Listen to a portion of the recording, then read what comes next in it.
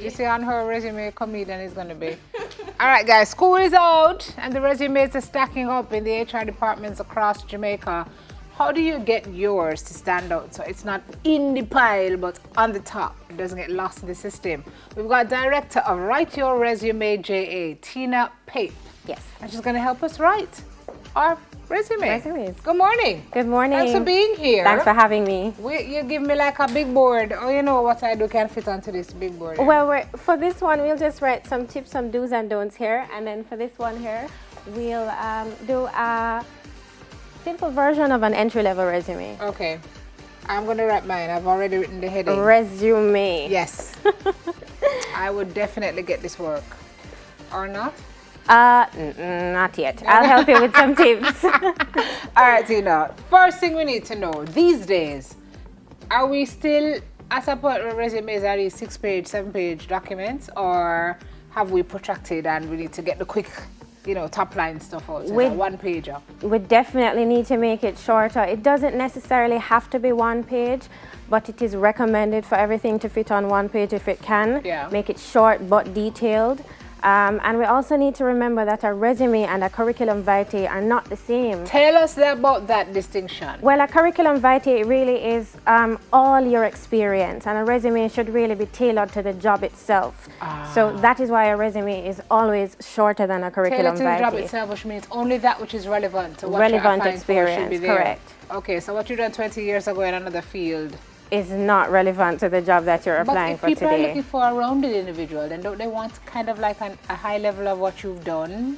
Some different areas? Employers and hiring managers will specifically ask you for a CV, and some will ask you for a resume. Okay, all right. I have one more question before we go into the specifics. Colored paper, do or a don't? White. Never ever colored? Just white. We don't want pink. so much personality. Yeah. No, just white. Womp, womp. All right, moving on. First thing you do is you make an outline, you say. All right, you talk me through your do's and don'ts, because this list is very long. I don't want to box you into this list. Well, one of the things that we want to do is, you are the brand, so you want to write your name here, Simone. So we're writing your resume. Sure. Okay. Let's just write your first name. Why don't we write yours? Okay, we can just write my name. Hey, they know enough about mine.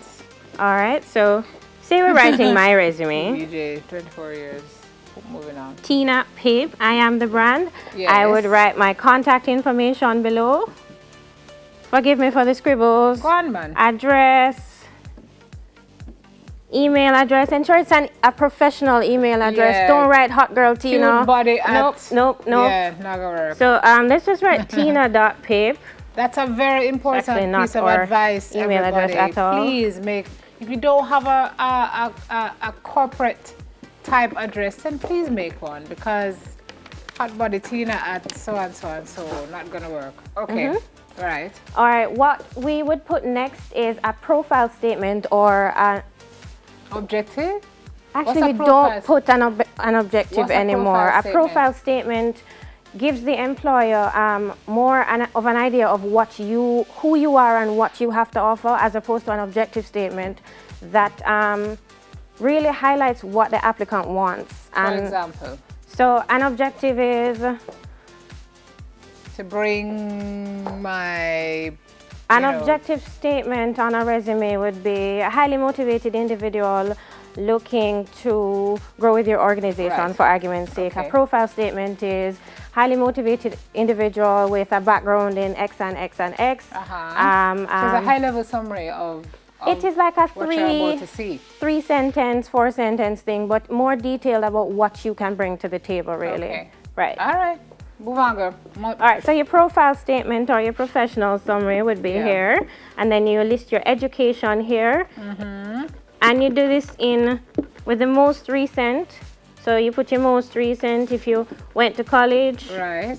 And then you work your way back to... And you work your way back to high school. Stop at high school, yeah. We don't want to know primary school, basic school, etc. All right. As you talk through your real life tips, because Tina has her feet on the ground in this thing, we're going to talk through some... Yes. Make an outline, include informal work experience. Tell me yes or no for these things. Include all your activities?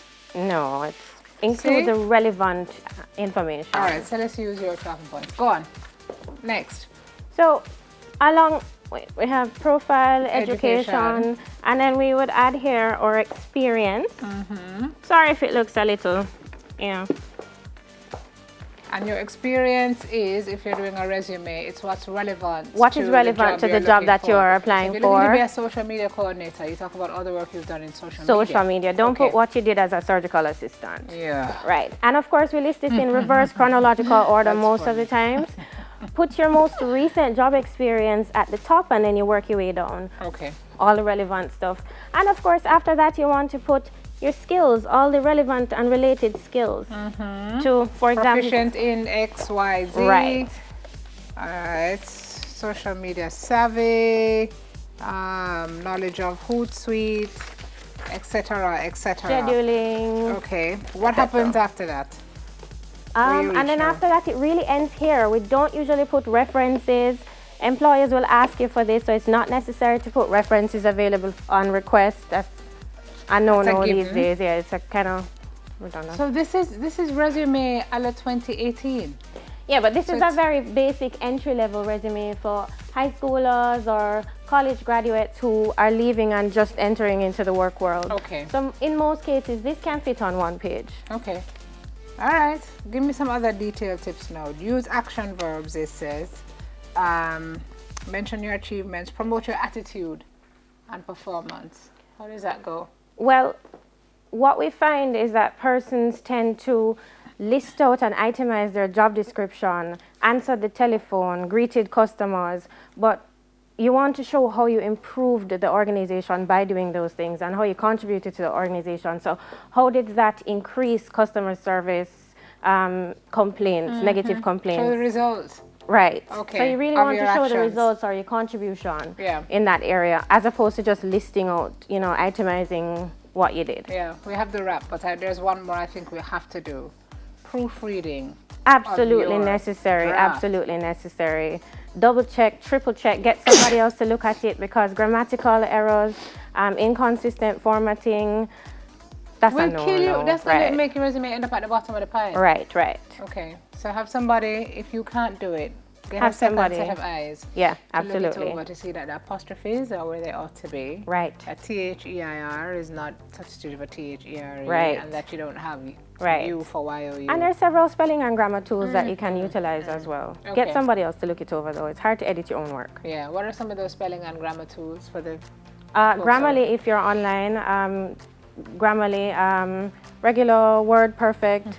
What else? Okay, those Anything are that two shows a red that line. we armed you with. All right, so Tina has given you a basic outline. If you're a young person and you're leaving school, looking to get into the work world, this should help you get through the door. Tina Pape, thank you very much. Thank you for having me. And you almost look like Olivia Pope. Really? I call you Tina Pope, but she's here to save your resume writing. Write your resume, JA, Director Tina Pape. Now, speaking of employment, it's a scam you don't want to be caught in. We're going to break down the details on the other side of the break. We're talking about overseas employment and opportunities from here. What's happening in that field? Break it down in a bit. Thank you.